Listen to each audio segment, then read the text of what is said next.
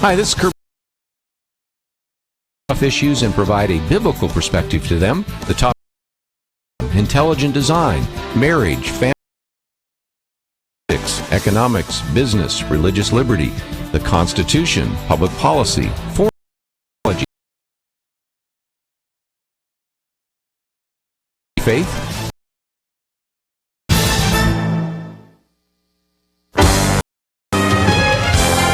Across America, live. This is Point of View.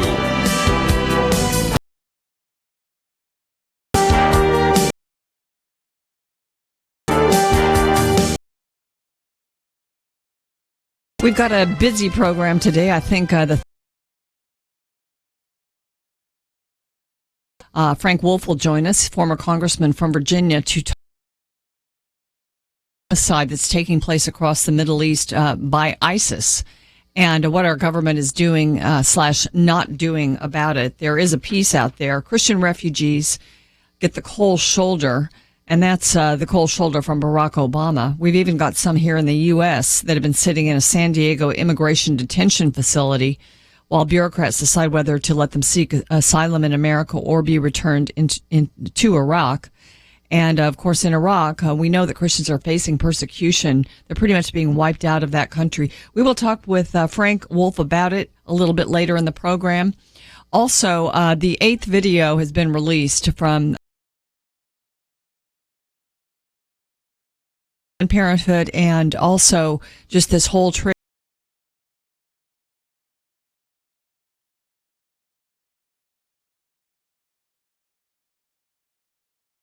being skirted, and we might need to strengthen the laws. We'll talk to her about that, and I'll talk a little bit today about the 8th video.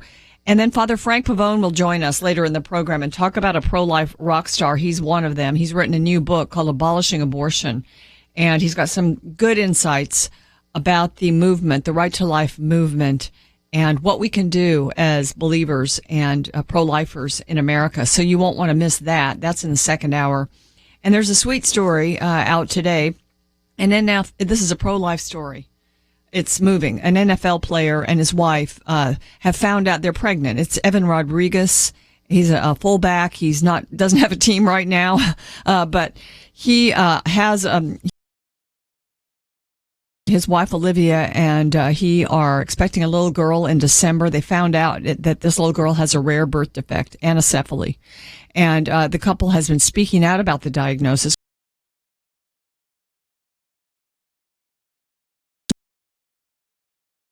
Terminate the pregnancy, that they are going to move forward. They're going to do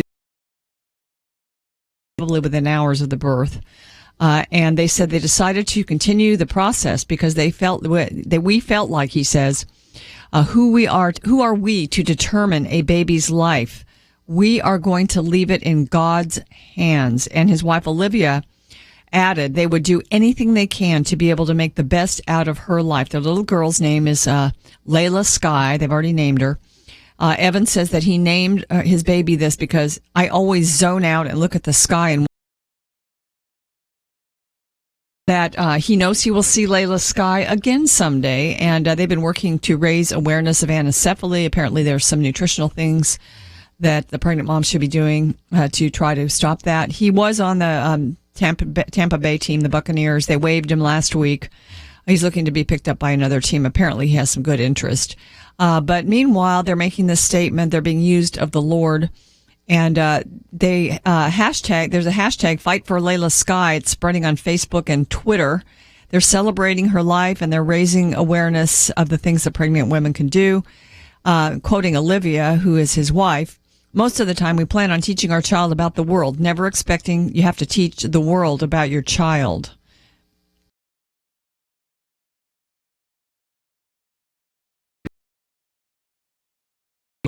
So this is a pro-life story. God bless them. Well, ladies and gentlemen, the 8th video has come out. And this one is not a graphic one, but is certainly telling because of the information. It's one of those lunch videos. And we've got the actors from the Center for Medical Progress and Arts. And STEM Express is a company that's been working with, up until recently, been working with Planned Parenthood, but does work with abortion clinics to get the part.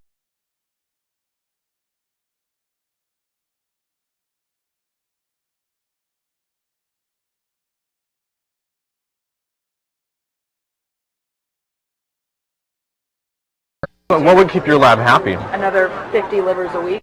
So I guess liver is what is needed. And this woman's name is Kate Dyer. She is the CEO of this company, STEM Express. It's a for-profit biotech supply company. They get their parts and also intact fetuses, really, from Planned Parenthood and other clinics. And so she's talking at this lunch. This is one of these famous lunches with wine and everything else. Very casual conversation, but very serious stuff. Talking with Center for Medical Progress, talking about the sheer numbers they can get from Planned Parenthood. We're working with, almost like triple-digit number of clinics. So it's a lot on volume. And we still need more from what we do. So it's a lot. It's not just Planned Parenthood, but they do about 40% of all abortions. And it's a lot of abortions that they do. I guess STEM Express has been burned by all these videos that have come out. But again, the sheer numbers is just amazing. I mean, Planned Parenthood has volume. Right. Because they're a volume institution. This is where your taxpayer funds are going, ladies and gentlemen. They're still funding.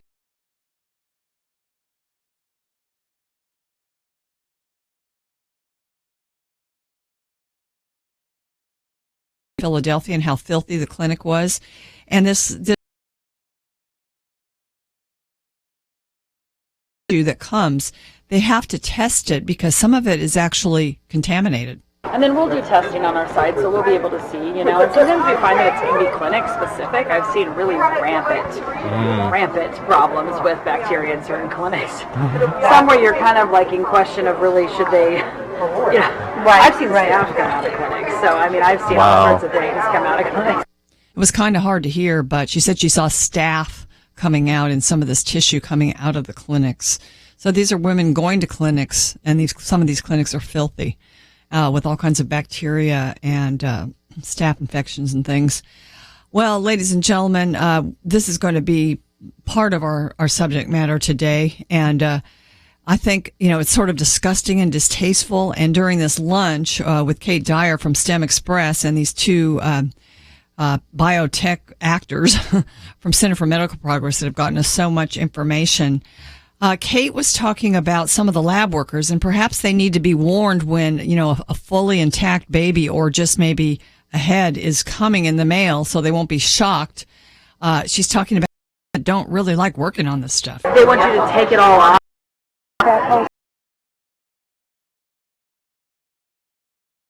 Out and have meltdowns, and so it's just kind of like, And I think, quite frankly, that's why a lot of researchers ultimately, some of them get into a lot of other things, right? They want to look at bone marrow, they want to look at adipose, they want to look at, adult human kind of adult-based sampling because they sort of want to get away from having to publish a paper that says we derived this from fetal tissue. Okay. Blame lab workers for not enjoying working on fetal tissue and baby parts. These people seem to disdain that, but you can't blame them. We're going to talk about it a little bit later in the show.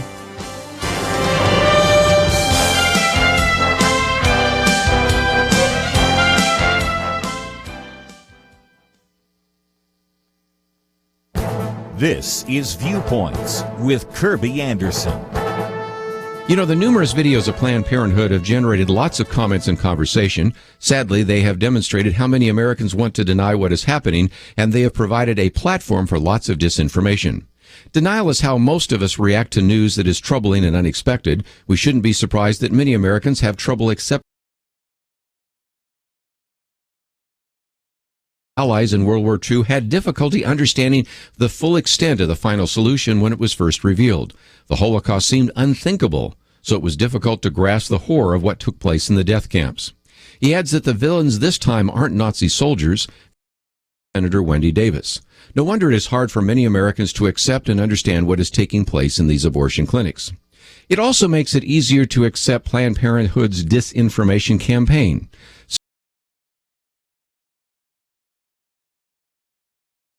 Latest statistics show that abortions make up 94%. Reports show that abortions are on the rise and non-abortion services are declining. Pro-life politicians and advocates remind us that there are 13 times more federally qualified health centers abortion than there are Planned Parenthood centers.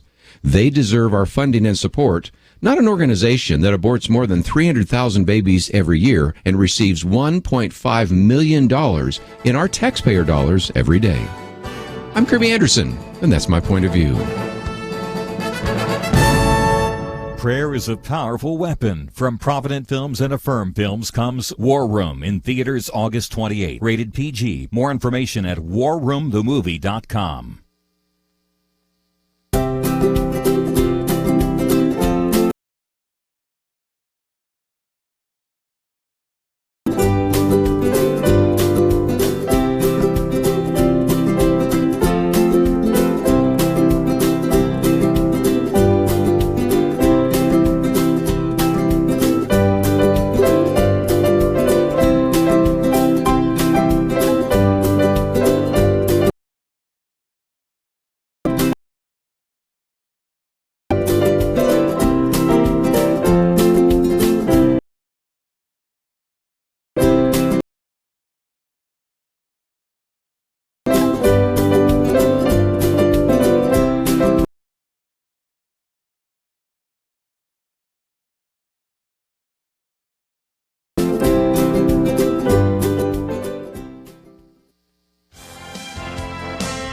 You're listening to Point of View, your listener-supported source for truth.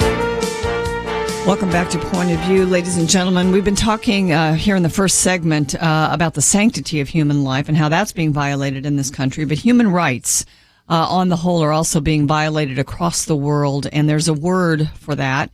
It's called genocide, and a lot of us have long called what ISIS has been doing across the Middle East genocide. Posted at pointofview.net, and this is not overseas. This is right here in the U.S., but this is kind of by way of starting the conversation. It's from the Patriot Post, and it says, one of the great traditions of American foreign policy has been to protect the oppressed against those who would do them harm, yet throughout we have seen time and again how that policy has been abandoned for the sake of politics. And they talk about the most recent example. 28 Chaldean Christians have been sitting in a San Diego immigration detention facility while bureaucrats decide whether to let them seek asylum in America or to be returned to Iraq. Well, these people are the lucky ones. They didn't get killed over there. The government sits on this type of thing to talk about really the need to deal with the genocide taking place by ISIS is a famous warrior for human rights in the United States Congress from the state of Virginia, Frank Wolf. And now he is retired from the U.S. Congress. He's the first ever Wilson Chair in Religious Freedom at Baylor University. And also, he is a distinguished senior fellow at the 21st Century Wilberforce Initiative. I think he's a 21st Century Wilberforce. But he is very, very concerned and calling for the U.S. government and the United Nations to deal with the genocide. Thank you so much for joining me today.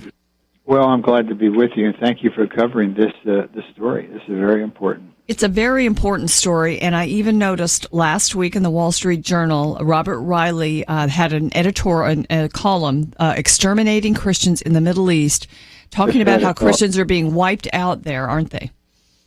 They are. To kind of tell you that I think we're all at fault.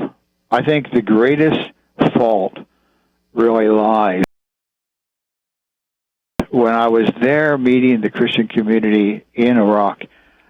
Almost to a person, they felt abandoned. They felt abandoned by the church in the West. You know, there's a saying out there, this is first the Saturday people and then the Sunday people. The Jewish population in Iraq in 1950 was 150,000. Now we were told there are 4 Jewish individuals left in Iraq. More biblical activity took place. 4 people? 4 people. And keep in mind, more biblical activity took place in Iraq than any other country other than Israel. Abraham's from Iraq. Daniel's buried in Iraq, lives in Iraq. Ezekiel's buried in Iraq. Rebecca's from Iraq. 12 tribes of Israel lived there. They just blew up Jonah's tomb. Jonah's tomb is the end of a Iraqi Christians are now down under 300,000. Bishop Werder was in with us last week, who's the bishop from the Erbil. He says 17 families, Iraqi Christian families, single day. I'll tell you another story. Do some of them come here? Where do they go? They're going to Canada. They're going to Australia. Many are going to Turkey, living in refugee camps where they're getting criminal activity. Many are going to Jordan. Many are going to Lebanon. They're just getting out of there. This man that we interviewed when we were there was living in a little hovel, little schoolroom building. And the story he told, his wife had breast cancer. ISIS came in, took over his village. 2 days later, they went to Mosul, the large hospital there, for her to get treatment. ISIS and the doctor said, we will only give you treatment if she converts and then you convert. Are you kidding? No, I'm serious.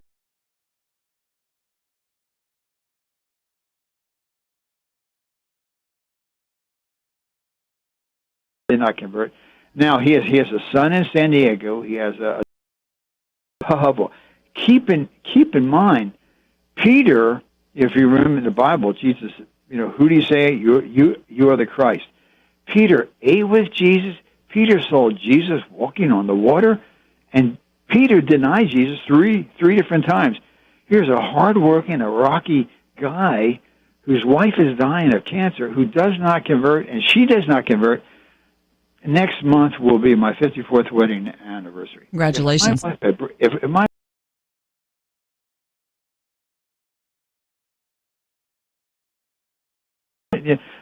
this man didn't convert, and his wife didn't convert. So all the Christians in the Middle East, they feel abandoned, and they feel abandoned by the church in the West. And so if you look, there are very few. There are some notable exceptions, but there are very few Christian leaders in churches speaking out. It used to be, we passed a Religious Freedom Commission bill back in the late 1990s. Many churches had a Religious Freedom Sunday. What was going on in Sudan? Nobody's speaking out now. And if you remember, if you read Eric McTax's book, Bonhoeffer, Dietrich Bonhoeffer said, not to speak is to speak, not to act is to act. So I think the church in the West is probably that, because I'm part of the church in the West.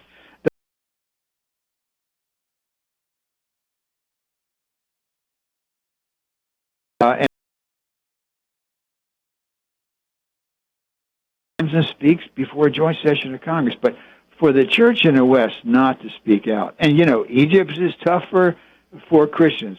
Christians are being persecuted in China, in Vietnam. You go right down the list. In Pakistan, there's a Christian woman, Asia Bibi, who's been in jail for 5 years for blasphemy under a death sentence. And I'll tell you, you go into the average church in the West and say Asia Bibi, they don't know who she is. So I think we're kind of at fault. Okay, Representative Wolf, I know that I really thought we were going to talk about our government, but you have convicted you sent an arrow into my heart about the church, and I agree with you. I know that there are certain organizations that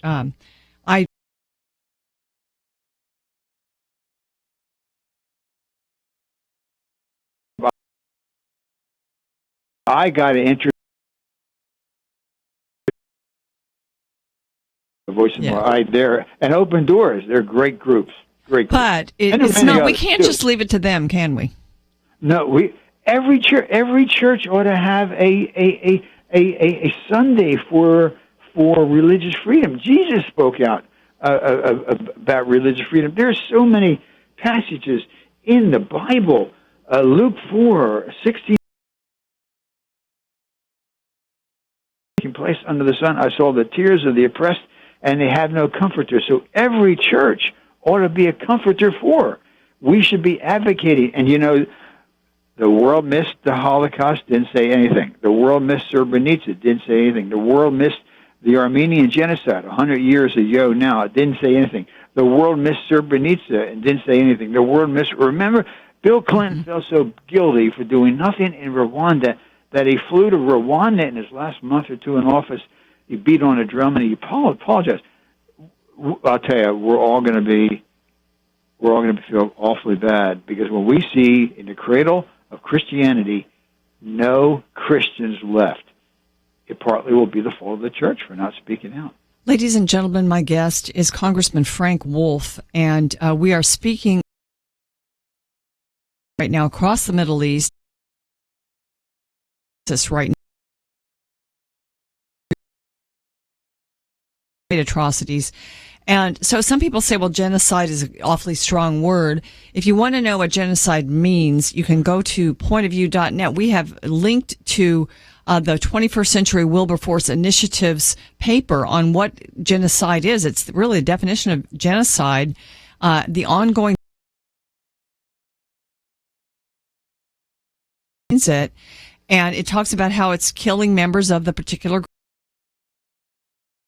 causing serious bodily or mentally harm to members of the group, inflicting on the group conditions of life calculated to bring about its physical destruction in whole or in part. And we can go on with this list. But so if you want to be convinced that genocide is taking place, you can get this piece of paper. It's like 1.5 pages, very informative. And this is happening not only against Christians, but also the Yazidi group. And we'll talk more about it with Congressman Wolf. But you can hear the cry for the church to do.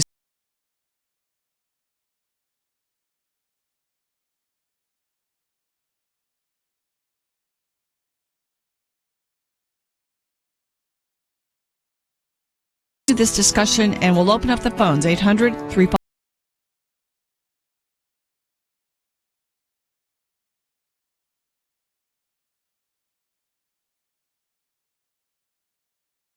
Marriage is turning into a battle, and their daughter is caught in the crossfire until Elizabeth meets Miss Clara. In this house, I call it my war room, And learns that prayer is a powerful weapon. War Room. In theaters August 28th. Rated PG. Parental guidance suggested. More information is available at warroomthemovie.com. Have you ever wanted to walk where Jesus walked? To stand in places where the Apostle Paul proclaimed the gospel and saw the world and people's lives changed? In May of 2016, you can do just that on a 15-day tour of Israel and Greece with Point of View's very own Kirby Anderson. This is a once-in-a-lifetime opportunity to experience the Bible and history in places God chose to begin the spread of his message of grace. Join Kirby and Point of View for Journey to Jerusalem and Journeys of Paul. Learn more by clicking on the banner at pointofview.net. You've read the Bible. Here's a chance to live it. Point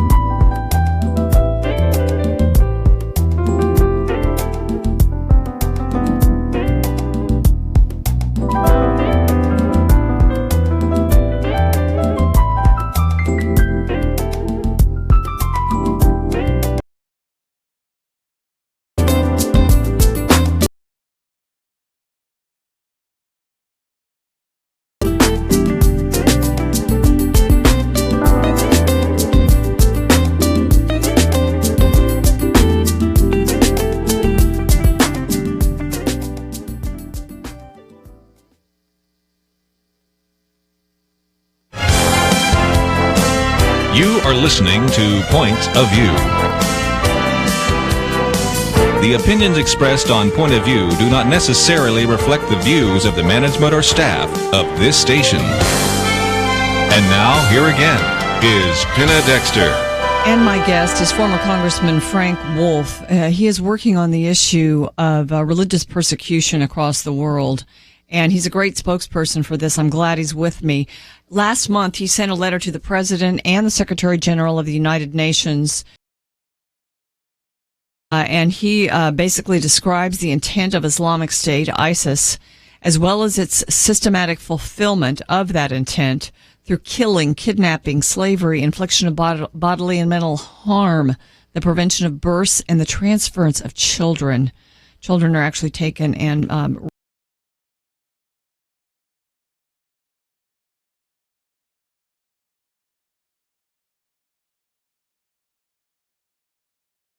Representative Wolf, about what the church could do. I know that we can have Sundays dedicated to informing people and perhaps even bringing someone in to speak about this that's been there. But what else?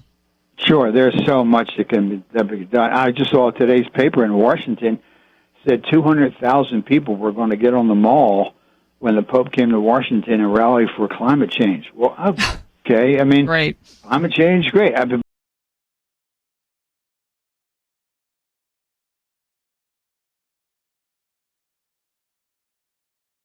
The reason I said this, and when we did the letter to the president, we did the letter to Ban Ki-moon, I would have hoped that church leaders, that pastors and rabbis and priests would have all said, yes, this is important. Because I'm increasingly convinced that the discussion, or frankly, the lack thereof, among government leaders, the president, the Congress, and opinion makers, editorial page writers, on this issue of religious persecution is simply a downstream manifestation of what is happening in the broader culture, and specifically in the faith community locally. If the church, and as somebody who served in that place for 34 years in Congress, if the church in the West has failed to prioritize the plight of the church globally, can we reasonably expect government leaders to do so? The answer is no. I mean, everything is downstream from culture. So if the church isn't calling Washington, calling whoever, editorial writers, then it's not going to be done. So if the church fails to prioritize it, the plight of the persecuted church, and there are so many passages in the Bible from Jesus, in the New Testament, Old Testament, that tells us that we should do this, we're obligated, then frankly, it's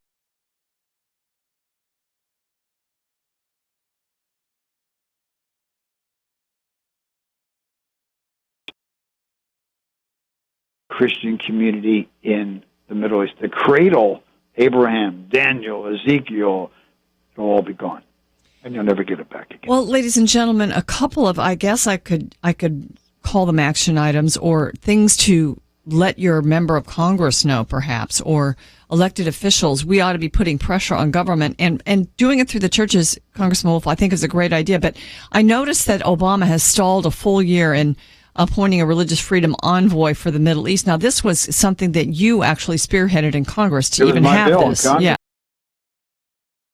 I mean, we've got this unfilled position, and Americans ought to be a year and 1 month. And interesting enough, the Congress never passed a law to set up a special envoy for LBGT, yet the president did it by executive order. So here's the so we have an envoy for LGBT. Christians being persecuted, and this would have helped Christians and non-Christians, the Ahmadis, the Baha'is, everybody. Passes the Congress overwhelmingly.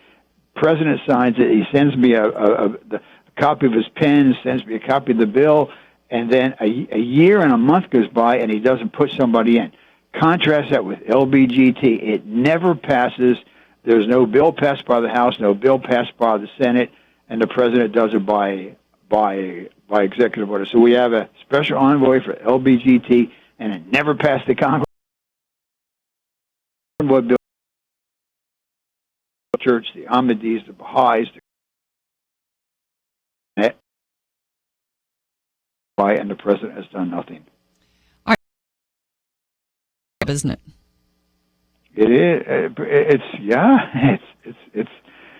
Yeah. I mean, Dietrich Bonhoeffer said if we didn't speak, we were actually speaking. We were saying something by not speaking. If we didn't act, we were actually acting. Yeah, we are really partially to blame. That's why, in a kind and gentle way, because I think for the church in the mid-'80s rallied.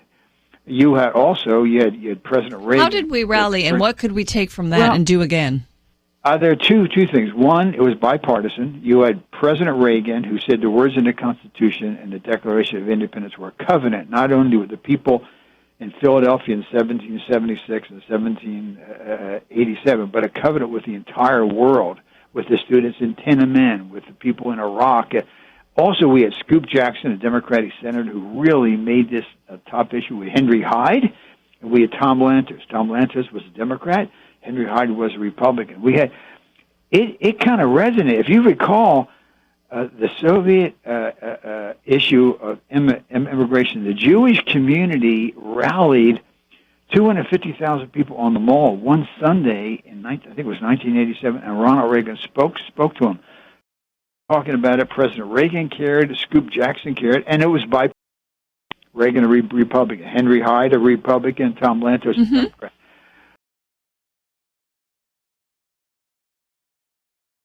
Gave us a model. And so, I mean, shouldn't there be a march on Washington with 1 million people? Shouldn't there be? The answer is right now, if you would announce a march on Washington now, is it 5,000, 3,000? I noticed that the family research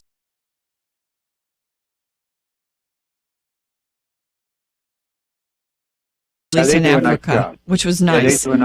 I want to ask you, though, before the end of our segment, Congressman Wolf, I know that there's some day, a Sunday that's been sort of designated in November, I think, in the fall. It used to be, but is it no longer? Very, very few churches have it now. It sounds like the churches need to kind of organize around the issue of persecution. I mean, we're very concerned about persecution of our own rights here in the United States. Well, I think it's coming, too. Believe me. If you read, it's a great book. I'll give you an ad for it. Chuck Colson's latest book. Chuck was a mentor of mine. I used to talk to Chuck. It's a brand new book out, and it's by Chuck Colson, who has obviously died 4 years. What's the name of it? It's called My Final Word. These are all of Chuck's memos that have never been. Chuck says, and Chuck was prescient. He could see around.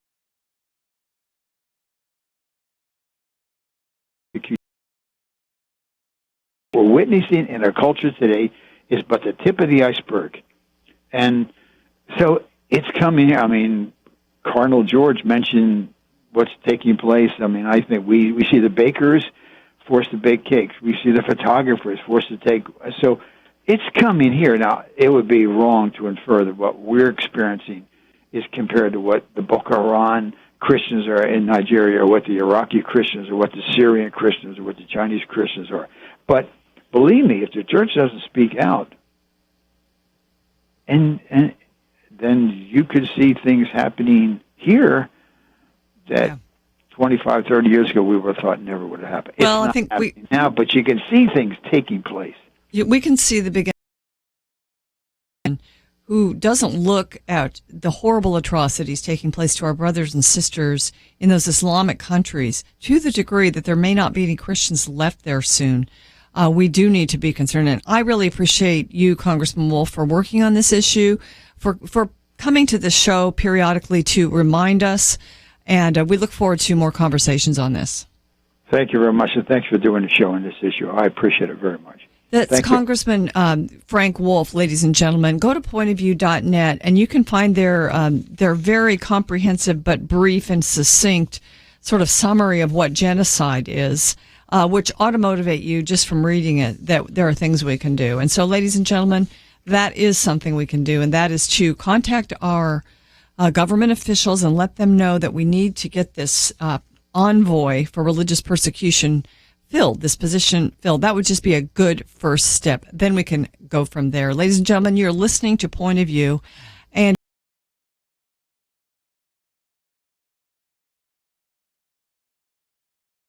also the sanctity of life for the unborn child. We will continue that discussion I mentioned to you that Father Frank Pavone will join us later in the program. Linda Royall is going to be our guest next up. We'll talk about the aftermarket, pretty disgusting subject, the aftermarket for baby body parts. We'll do all of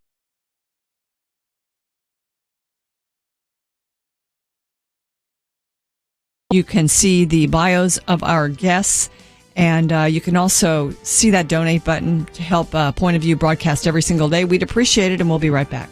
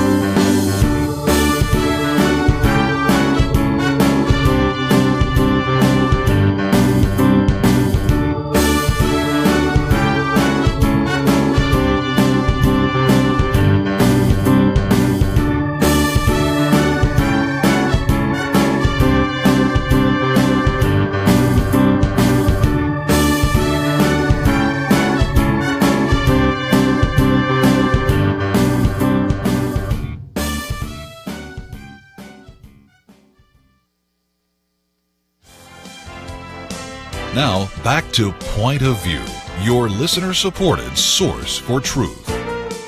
Welcome back to Point of View. I'm Penna Dexter. As we mentioned earlier in the program, the 8th video has been released, and these are focused on the Planned Parenthood abortion business and also this biotech firm, STEM Express, which buys and resells aborted body parts from Planned themselves, I guess, for PR purposes from Planned Parenthood because of these videos.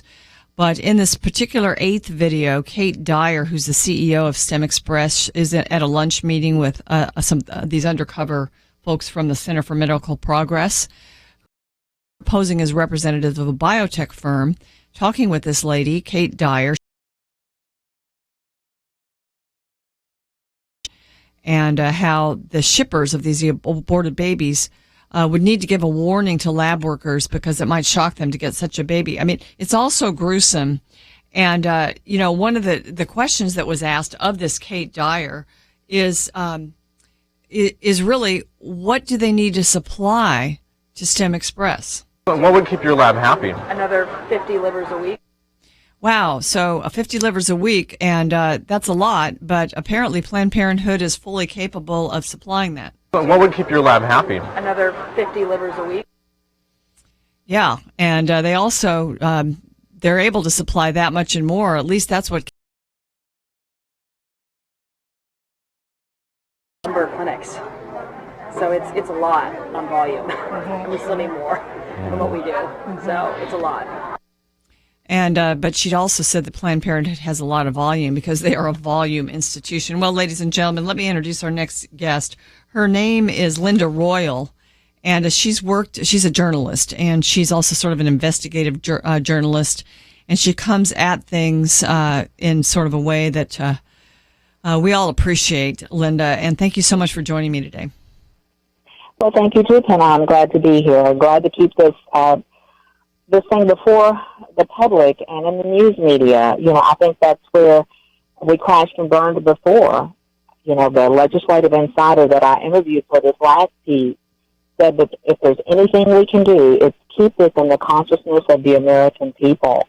Because, you know, there have been outcries like this before, and they'd fade away within 3 or 4 weeks. And this time, you know, thank God for their strategic release of these videos. You know, it's keeping it before the public, and I think that's what is needed to change minds and hearts about this issue. We played a few bites today from the 8th video, and I have no idea how many more there are. I think that's part of the strategy, Linda, is that there are so many videos, and they keep coming out week by week. They talk about in this most recent one about the livers. You know, since this abortion aftermarket industry began, they have perfected the liver transplant processes now, where it only takes a small piece of liver to do a successful liver transplant.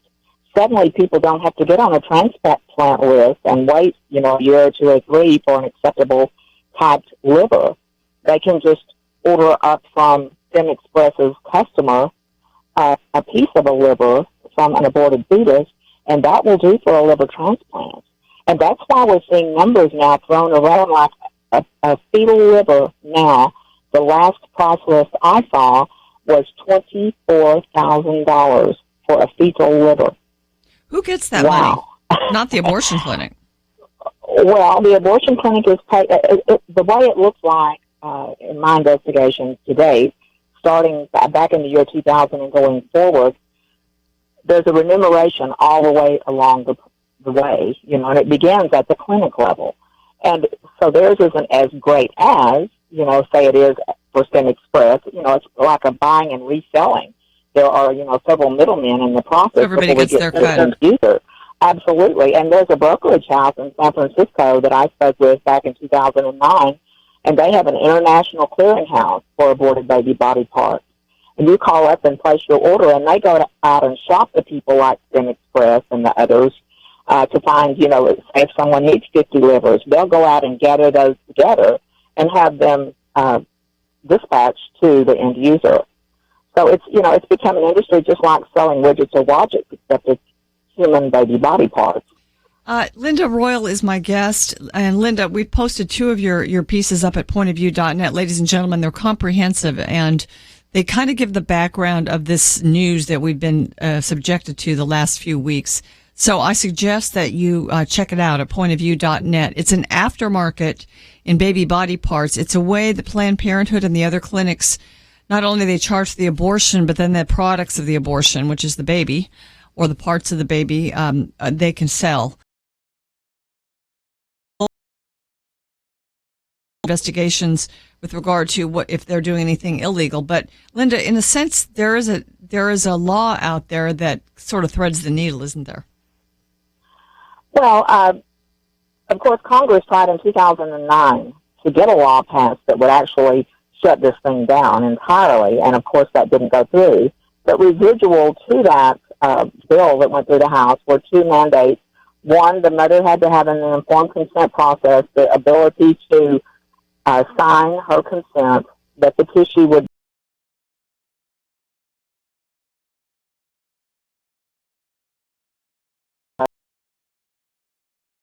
they could not sell the fetal tissue, but they were entitled to some kind of compensation for their services. Okay. And, you know, that's a broad, open-ended statement there. I mean, what is some sort of remuneration? You know, it can be like the woman in the last video spoke about, triple digits, hundreds of dollars, for a baby body part that will sell for thousands or tens of thousands of dollars on the open marketplace into the end user. It's a grisly business, ladies and gentlemen. It really is. It really is. And the atrocious thing about this is, Planned Parenthood only does about a third of the abortions that are done. Of course, that's over 300,000 abortions a year, 350, 400,000. Okay, so when you look at, even if only 25% of the fetuses are salvageable, and even if they're only getting an average of $50 a piece, when you run the numbers, it's a huge industry, even from the raw material end of things.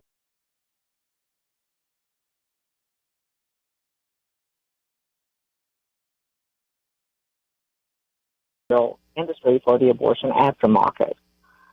And it goes all over the world. There's also a mandate in place about interstate trafficking of fetal baby body parts. But it's not just interstate trafficking, as my congressional source revealed. He says it's international trafficking. It's all over. Filed. There's no legal document ever filed that says, okay, these 50 fetal livers moved from point A to point B, and then from B to C to D to F, and then into this end user.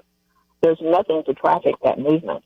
So how do we even know? We don't even know if laws are being broken because there's nothing we can find in place for tracking these things. All right, Linda, well, I look into this, and I think people who are listening and watching want to know what they can do.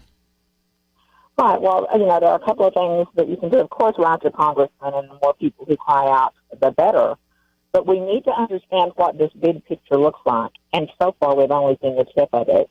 So myself and other reporters at Stream.org are continuing to investigate this issue and uncovering new information all the time. I'm looking at the industry as a whole.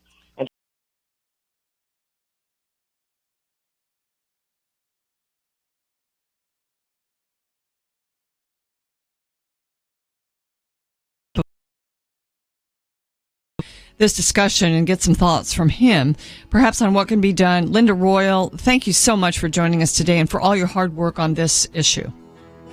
Well, thank you so much, and I look forward to being back with you again. Again, check out pointofview.net. You can see 2 articles from Linda. They are informed. What can you get for $5? In most cases, you can't even get a value meal at a fast food restaurant, but I'll tell you one thing $5 can do. If every listener to Point of View sent just $5 this week, believe it or not, and someone here did the math, Point of View could pay the bills for the next 3 years. That's what the number said. $5, 3 years. That's how many of you there are and how little it takes to keep us going. The problem is, most of our listeners have never contributed.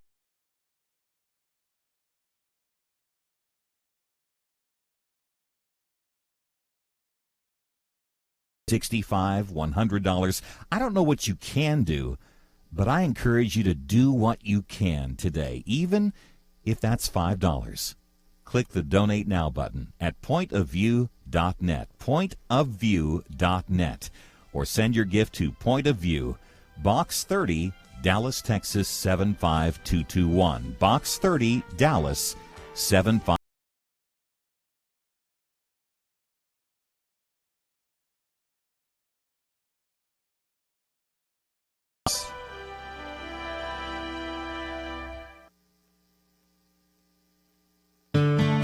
I just thank God for y'all. I listen to you every day, truly. I wanted to thank y'all for everything you do each day to inform Christian families and our community about the things we can do, and just the way you're so informative. I listen to you daily and love you guys and appreciate you so much.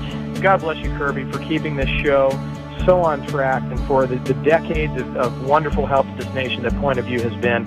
We're all big fans of your work, and we pray that God will just prosper it. As a Christian, over the years that I've followed this program, I am constantly challenged to be on guard and to evaluate what's going on. And if for no other reason, to protect the caliber and the truth of your programming, I need to participate and to back your program financially to ensure that the truth stays out there for people to hear, to to view and to be a part of.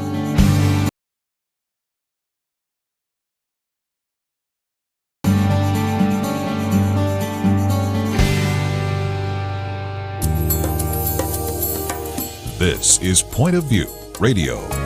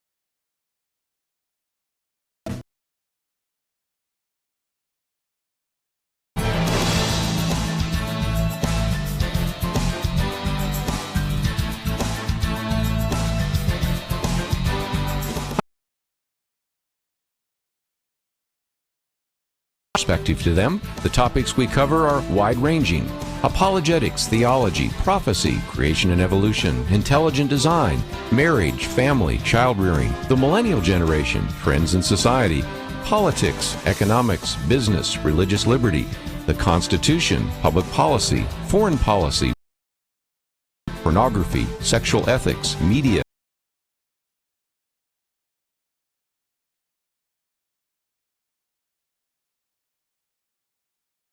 Because Point of View continues right now.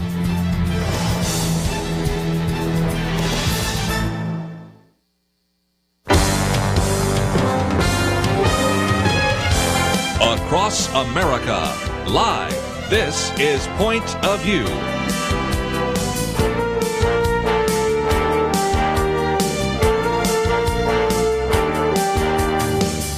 And now, Penna Dexter. We've talked this program about some pretty awful things that are taking place, and my guests will certainly try to explain some of it to us, although some of it is actually inexplicable. But this I do know. This is actually a quote from the book we'll be discussing today, Abolishing Abortion. My guest is Father Frank Pavone. He is a pro-life leader extraordinaire, and this is what he says.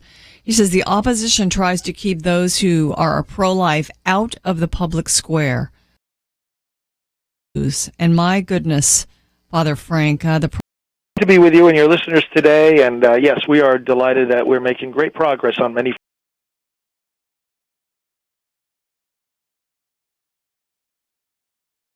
The 8th video that is out there about really these revelations, and they're not news to some of us who've been watching this, that the products of abortion, the parts of the babies, are being spread out and sold and traded and used.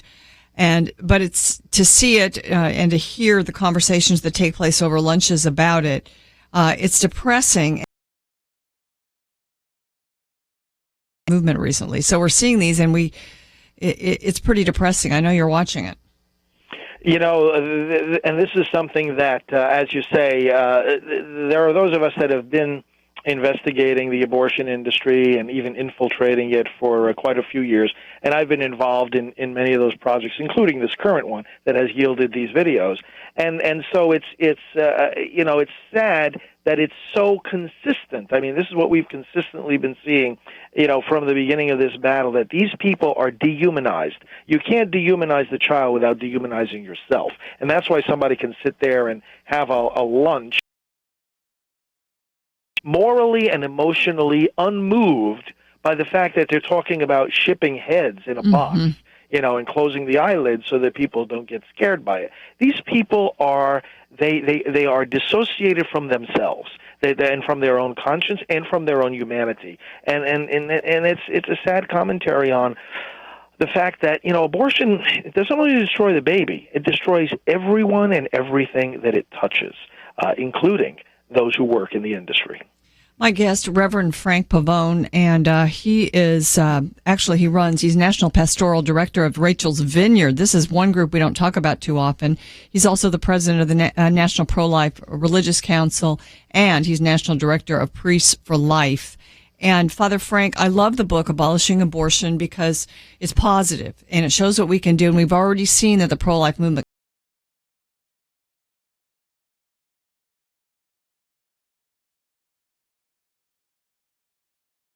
and then get the body parts and sell them and have all of this barbarism going on. And it goes to one of the key tenets of the book. In Abolishing Abortion, I lay out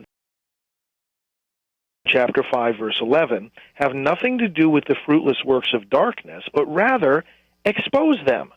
And so there's the game plan, is that we expose to the light of day the evil that's going on. The civil rights movement used the same approach. And remember when Dr. King was writing from the Birmingham jail, he said, some people are calling us troublemakers. He says, all we're doing is taking the conflict, the evil, the tension that's already buried underneath this whole struggle and bringing it to the light of day. He says, that's how you solve problems like this.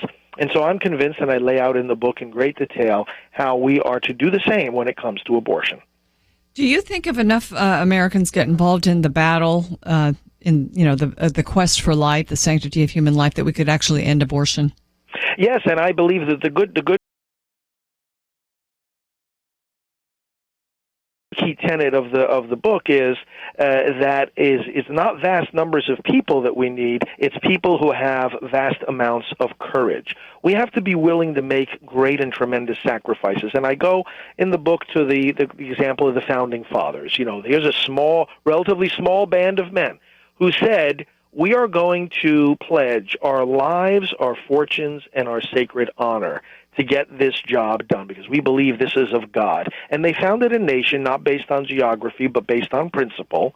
And then they did give so much, their possessions, their relationships, their careers, their lives. They gave of themselves to the limit. And which is life itself. So it's the same principle that's in the pro-life movement. And so the argument I make is this is worth giving everything. And it's priority number one. We give ourselves away, which is a principle not just based on America, but it's based on the gospel. We lay down our lives for our brothers and sisters. And if we have people doing that, we don't even need that many of them. And this problem will be solved. I think to look at the urgency of this,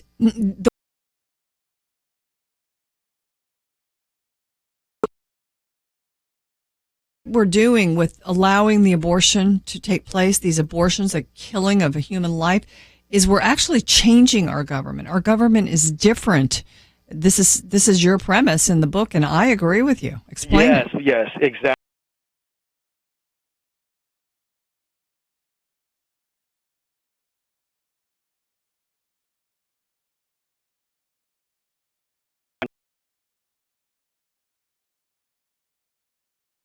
Notice what they did not say. They did not say, we are saying that this is not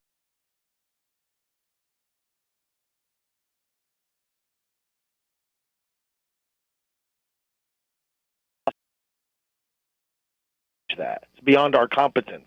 Or, in a phrase more familiar to us today, it's above my pay grade. Okay, so what does that mean? That means the Supreme Court now said that even though it might be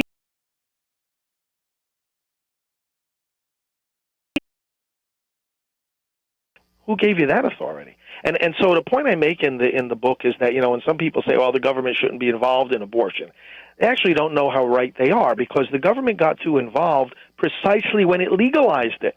It's going beyond its authority. It doesn't have authority to take away protection from human beings at all, at any stage of development. So that then changes the government, because now we have a form of government, instead of being based on the conviction that our founders expressed in the Declaration, the conviction that our rights, starting with life, come from God.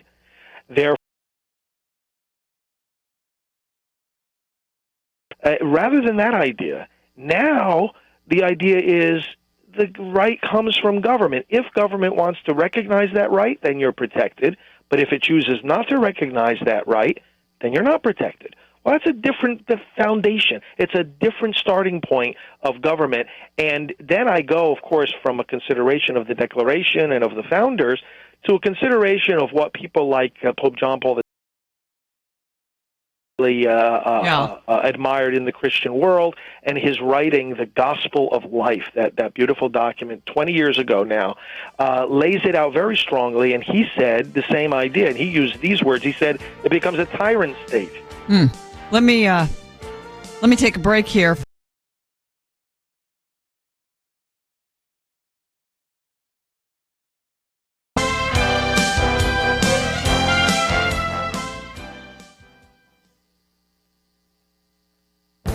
This is Viewpoints.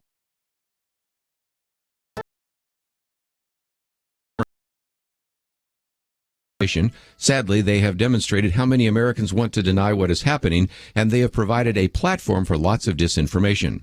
Denial is how most of us react to news that is troubling and unexpected. Americans have trouble accepting the reality presented.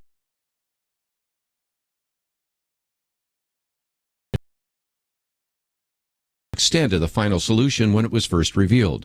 The Holocaust seemed unthinkable, so it was difficult to grasp the horror of what took place in the death camps. He adds that the villains this time aren't Nazi soldiers. They are pretty, well-coiffed women like Planned Parenthood's Cecile Richards and spunky legislators in pink running shoes like former Texas State Senator Wendy Davis. No wonder it is hard for many Americans to accept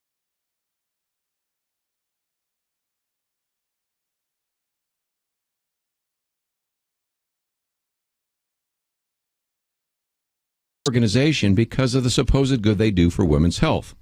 Yet the latest statistics show that abortions make up 94% of Planned Parenthood's pregnancy services, and their annual reports show that abortions are on the rise and non-abortion services are declining. Pro-life politicians and advocates remind us that there are 13 times more federally qualified health centers in America that do not provide abortion than there are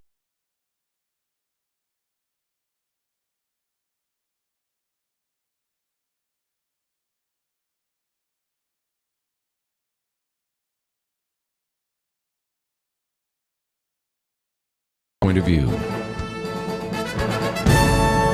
Prayer is a powerful weapon. From Provident Films and Affirm Films comes War Room in theaters August 28. Rated PG. More information at warroomthemovie.com.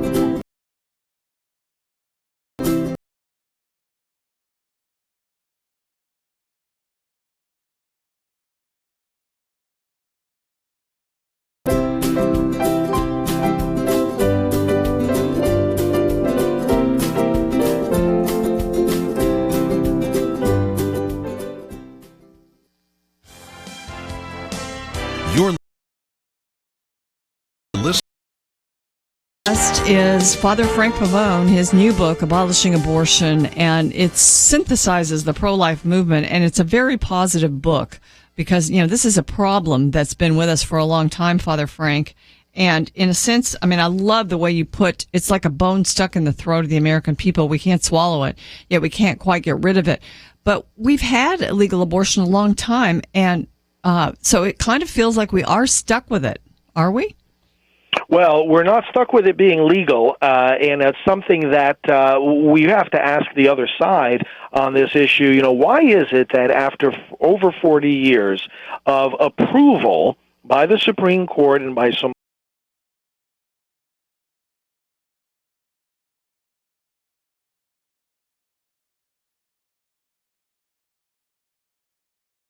in high levels of academia and media, why aren't people just accepting that it happens? Why is there still a battle over abortion? Why does it still make headlines? Why is there still movements and demonstrations and marches? And that in itself, the very continuation of the fight is a clear signal that legalizing abortion was a big mistake. It has never really blended in to the American mindset, into the landscape, or even into the world of medicine. You notice from the beginning, abortion was not mainstreamed. Instead of it becoming a regular, a quote-unquote service offered in hospitals, for instance,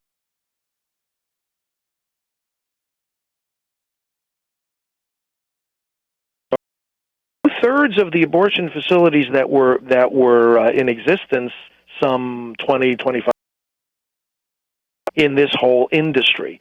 So again, it is, it may seem to be like, oh, well, we can't get rid of it, but neither can we quite accept it. And America needs to face honestly, what's the reason for that? I think it's interesting. We're really seeing abortion in the news because of this Planned Parenthood. Listening in on KJNP. Thank you for calling in. Hi. Thank you. Service in protecting the most innocent of human beings. Sure. And I just wanted to say that maybe the approach in stopping Planned Parenthood and the abortion industry is to go after, stopping their funding. And I was wondering if anybody, because they receive federal funding, wouldn't they be subject to the Freedom of Information Act to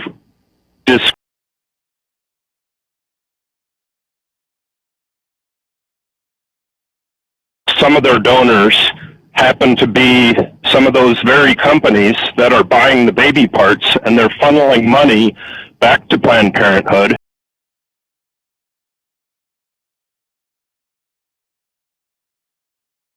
Planned Parenthood is benefiting much more financially, and it may be also the same thing with the pharmaceutical companies that are producing abortion-inducing drugs.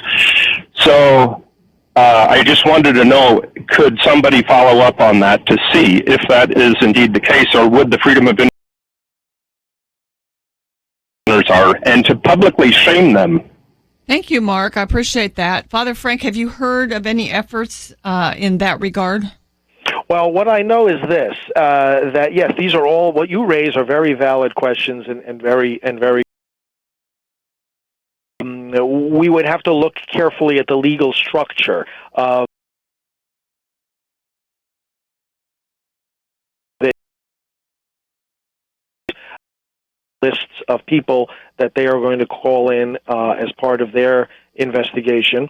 And among the things they'll be investigating precisely is the flow of money. How is this, because obviously this is an enterprise, and what they have to determine in their hearings is it a criminal enterprise? And be asked, and the flow of money needs to be traced, and the people involved need to be identified. That's for sure, especially because there's suspicion now that they are breaking federal laws. Yeah, and some of the laws, we've got laws that are sort of regulate this trade in body parts. They may need to be tightened.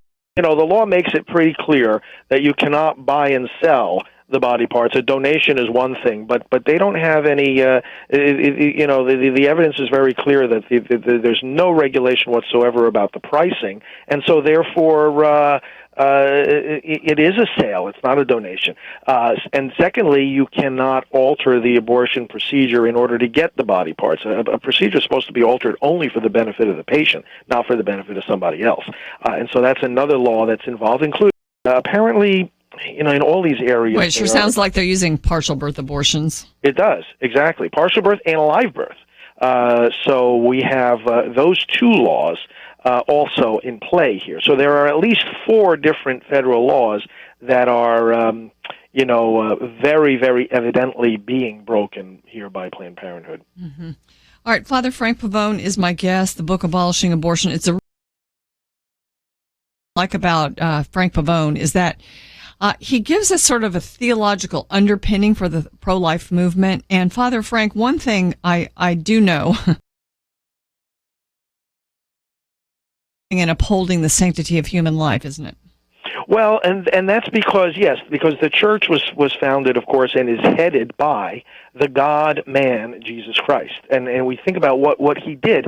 God himself, the Son of God, who always existed from all eternity, now takes on our human nature. So he doesn't only create human nature, which of course by itself makes it sacred. It means he's the only owner of human beings. Nobody can be a slave. Nobody can enslave others. But not only through his creation, but through the incarnation, that God then, having created this beautiful gift called humanity, takes it upon himself. So now humanity is taken up into God in a way that we could never imagine. That there is the foundation then for the church to be pro-life, because the church says, God is I always think of the verse in the book of Revelation in the 3rd chapter where Jesus says to the one who gains the victory, I will sit him with me on my throne. There's the destiny of the human person, to be on the throne with Christ. Or as Paul says, we will reign with him. So how can the church hold out to humanity that our destiny is to be on the throne with Christ, and then at the same time turn her back on the same humanity being thrown in the garbage? Cannot be. The church can never be consistent. We can't even proclaim the gospel without taking a very firm stance for the right of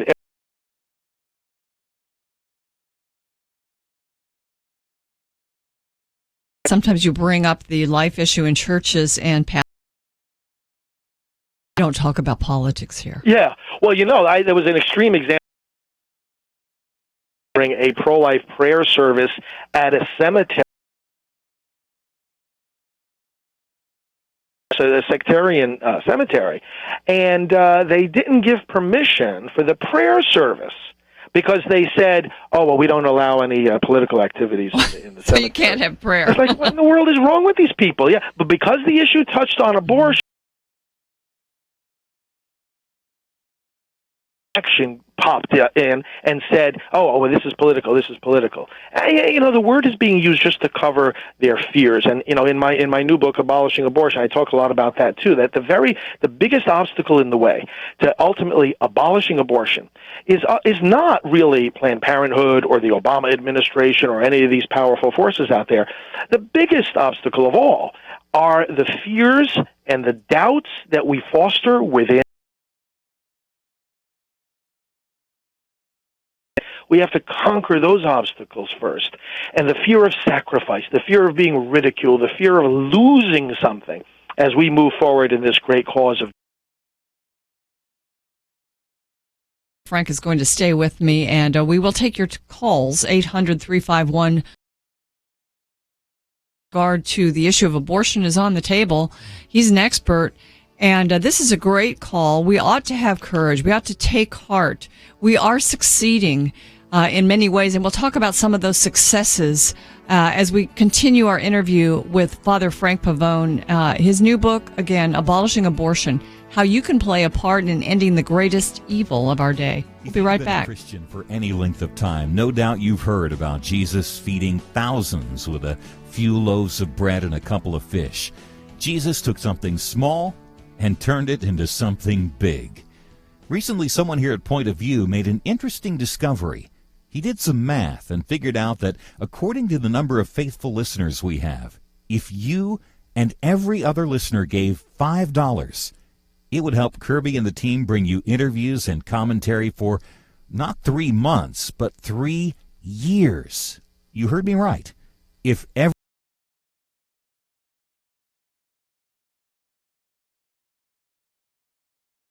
for 3 years. And if you urge a friend to join you, you send 5, they send 5, well, you can imagine the impact. Click the Donate Now button at pointofview.net.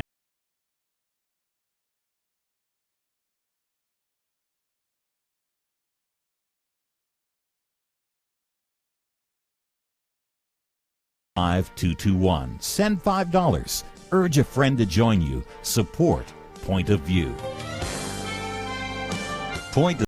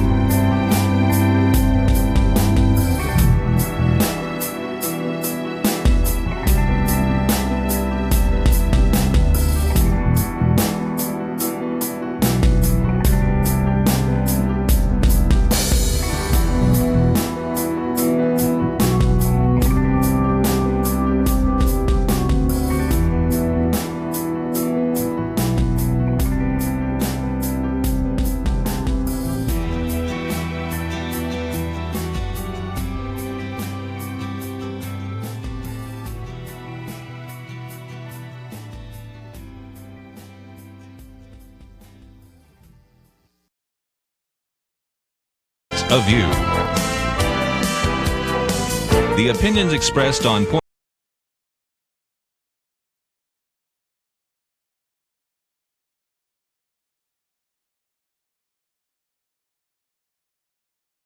Positive book about the pro-life movement, Abolishing Abortion, by Father Frank Pavone. And he is president of the National Pro-Life Religious Council. He's national director for Priests for Life. And he's, I call him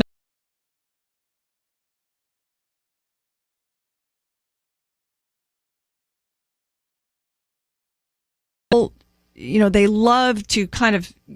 love to get sort of to the bottom of your heart because it's such a pro-life heart and it speaks to all believers as far as the theology.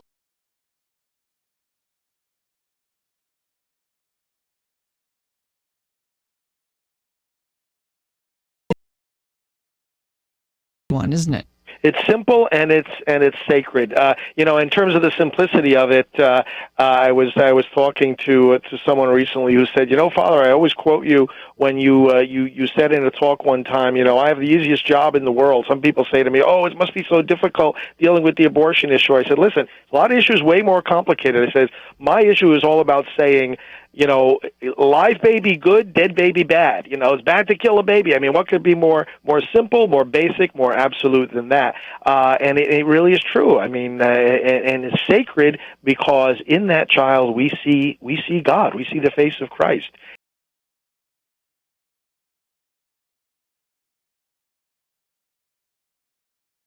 In our country, I mean, we have pretty lax pro-life laws, although our laws are getting better, but we allow a lot of abortion, and we've allowed it at very, very late terms, although we're trying to now clamp down on it. But in America, in a sense, we have a greater responsibility. And then this, again, is where biblical starting point, we see the responsibility that God places on the shoulders of the kings. As we read through the Old Testament, we see how the kings, when they obeyed God and they enforced the covenant, the land prospered. When they violated the covenant, well, the enemies came in, and we know some of the things they did. So all part of the kingship, if you will, because it's a representative form of government. So the responsibilities biblically that the king has for the people and for the good of the land in our system of government fall on our own shoulders, government of the people, by the people, and for the people. And although we depart from that in practice, we have so much responsibility. And it means that we need to be even more active, informed, engaged. And I make a strong case in the book, as you well know, that the church must be more engaged politically. We don't mean making the church a political party. We do mean making the church a voice that will shape how people take part in politics. Yeah, a lot of people will critique people in my generation that we are the religious right and that we are an arm of the Republican Party. And I just have to laugh because it's the other way around. We use political parties as a tool to gain the goals that we are working toward. And for the believer, the sanctity of life ought to be goal number one. Accusation to me as we develop our plans and programs through Priests for Life, and we urge the churches to be very politically active, to register voters, to mobilize voters, to inform them of the positions of the candidates, and frankly, to get up into the pulpit and to say to the people, we have to elect public servants who know the difference between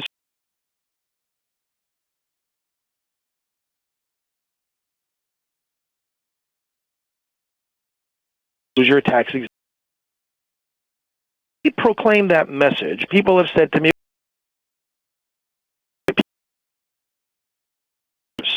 coming to me and saying, you're just endorsing Republican candidates. I say, listen, if my message, if what is our message helps a political party or a political candidate, or hurts another party or another candidate, you tell me whose fault that is. It's theirs. It's the candidate for taking the position he or she takes. It's the party for taking the position that it takes. If tomorrow the Republican and Democratic parties in our country swapped their positions on abortion, let's just imagine for a moment that tomorrow morning the platforms were rewritten And now the Democratic Party said the right to life of the unborn cannot be infringed, and the Republican Party said there must be the movement change in one syllable, in one single word. And of course the answer is no, it doesn't change at all. But now our message is going to help the party that has decided to be pro-life, and the candidates have decided to be pro-life. So it's not because we're standing on a political gospel platform. Our message is clear. It doesn't change, and it's these politicians and these parties that need to line up with the truth. Let's take a call. Pamela is listening in on WSCI in Massachusetts. Hi, Pamela. Thanks for calling. I'm so excited to actually be able to relay a little bit of information that I think Father would find very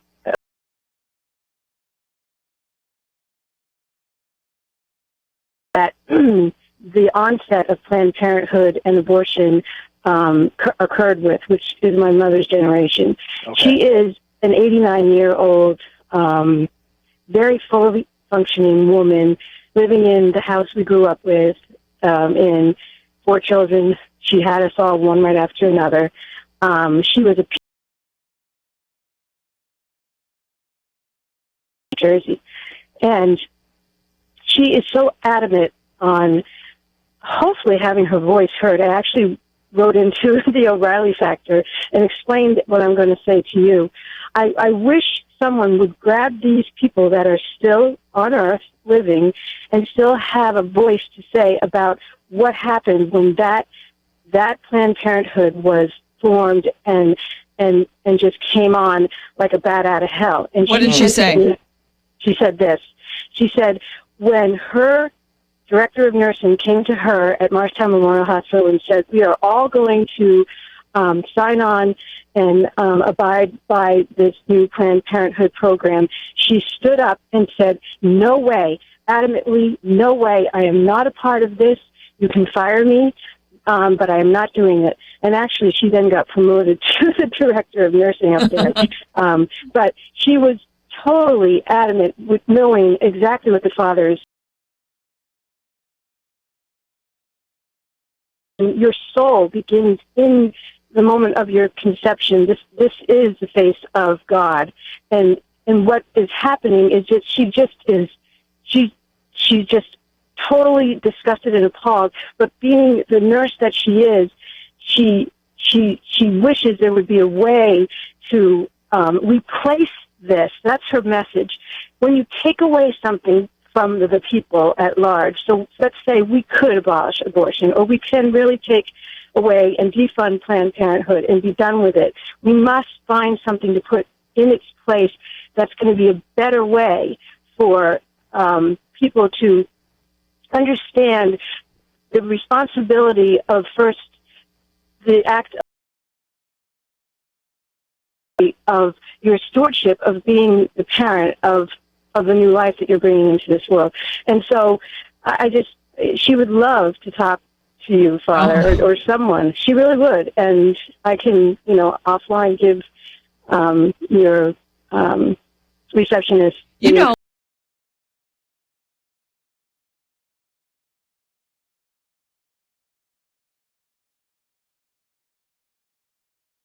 Just voice her. Yes, her we'd be very wisdom.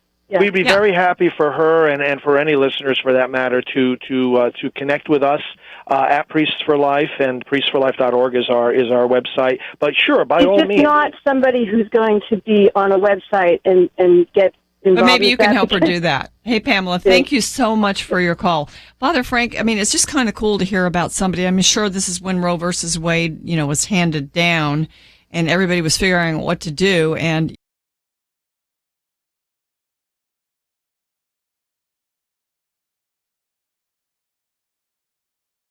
marginalized, even in the minds of the people in the medical profession, like this story we just heard illustrates, there was an imposition. There was an imposition in the medical community of a new standard, a new worldview, really, and as there was in the legal community. If people didn't vote on Roe versus Wade, our nation never voted to legalize abortion. It was imposed on us, and this is why it has never never settled into the American mindset. And even within the medical community, the biggest problem the abortion clinics have is to find doctors to do the procedure. It is. Because, Father Frank, yeah. Frank, I got to jump in. We got a break.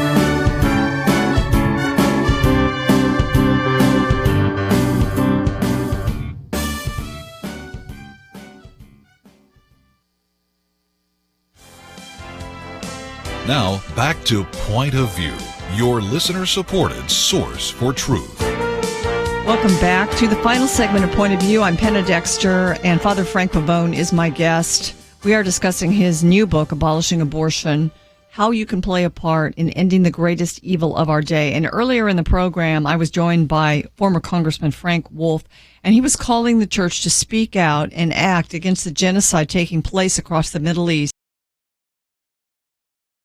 Is the same, really. It's saving people's lives, saving human lives. And so when people say we can agree to disagree about abortion, it's impossible.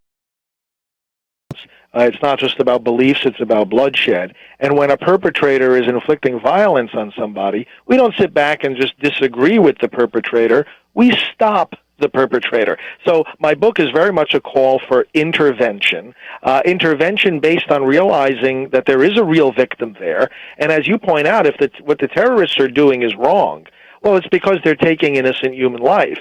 If what abortionists are doing is not wrong, well, then neither is what the terrorists are doing. And it doesn't mean that the women who are going to get abortions are terrorists. We're not calling them terrorists. We're not judging them.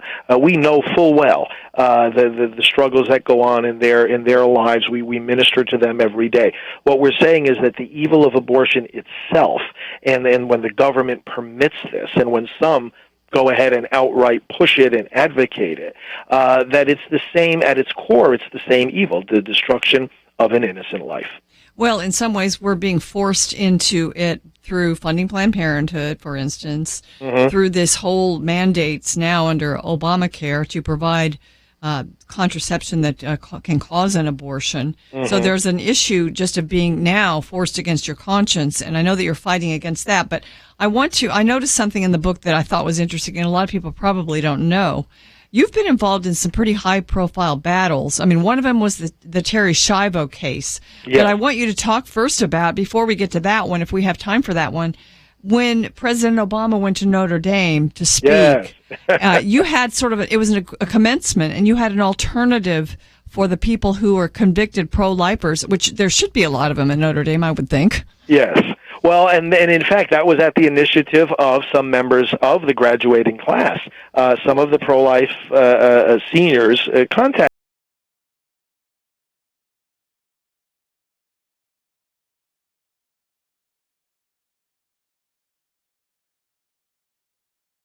from this institution is that it has taught us how to be pro-life, and so we're not going. And so we asked the university for permission to hold an alternate ceremony on the other side of the campus. They said okay, and we would like you to come and speak to us instead. So I was speaking to some of the pro-life students while Obama was speaking at the same time to the rest of the student body, and it was one of the things I talk about in the book is the disconnect.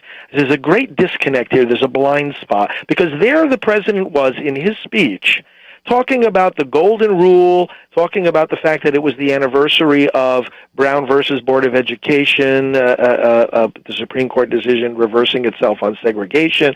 And, there was no doubt in his mind about all of that, but somehow it doesn't apply to the unborn child. And that's all we're saying, is that it's a question of equality. But yes, I was right in the center of that whole controversy, and God bless those students. They were so courageous and positive and prayerful about the whole thing. Yes, and ladies and gentlemen, as we mention and cite polls so often here on Point of View, that generation, that life than their parents, and becoming more so, isn't it, Father Frank? Well, Penna, one of the reasons, and you and I have discussed this privately also, they know that they're survivors, and that's a big motivation for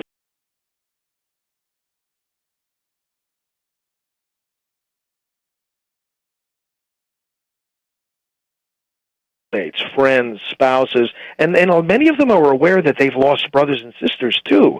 And so my book talks about this widespread effect, this impact of abortion on relationships and people that we don't even necessarily think about how deep and widespread this impact is. But our younger people, they feel it. They feel it. They don't need anybody to tell them. They feel it inside themselves. They know what they themselves have lost by abortion. Every time I do a show on abortion, and I really want to end with this, Father Frank, we have people calling in who've had abortions, and you made the case that you're not calling them criminals. You're not.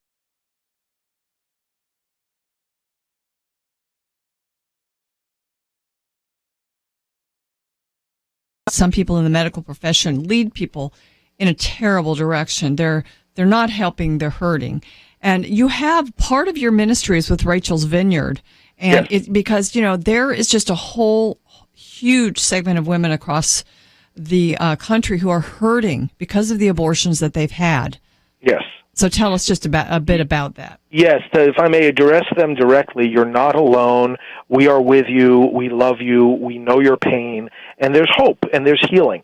Rachel's Vineyard is the largest ministry in the world for that purpose, healing after abortion. Rachel'sVineyard.org is the website. And if you go there, you will find people who've been through the same experience. People are going to be ready to help you, whatever the help might be. Based on the Word of God, it's based on sound medical information and psychological data. It's a proven program.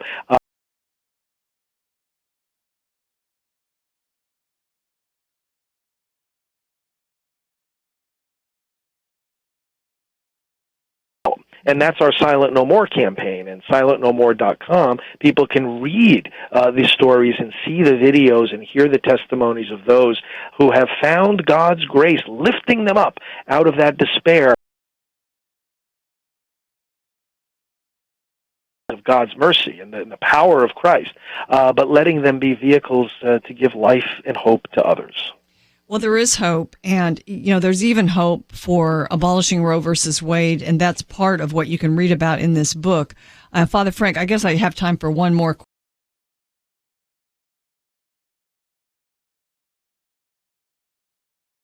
parties, and I think every Republican, really all 17 or however many there are, they've all said they're pro-life, haven't they? That says something.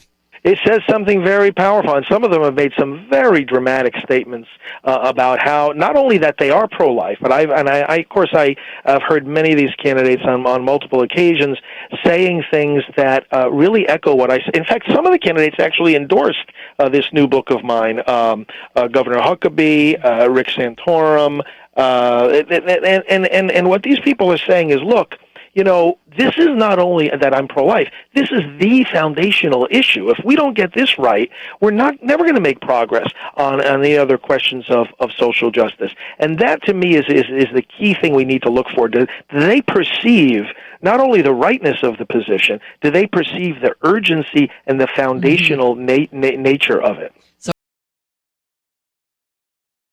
to discern that is to get the book, Abolishing Abortion, How You Can Play a Part in Ending the Greatest Evil of Our Day, by Father Frank Pavone. And Father Frank, thank you so much for joining me today. Thanks for having me. Talk to you again. Ladies and gentlemen, again, go to pointofview.net. You can see more about this book and all the articles that we have discussed today. You can find out more about the awful videos. But I'd like to concentrate here at the end and thank God for actually the progress that's been made in defeating the culture of death in this country. We call all of you to be a part of that. You can in certain ways. And so we try to encourage that here on Point of View. Again, thank you very much, everybody that helped today. And Catherine. Tomorrow we've got, 3 or 4 great guests again. And so we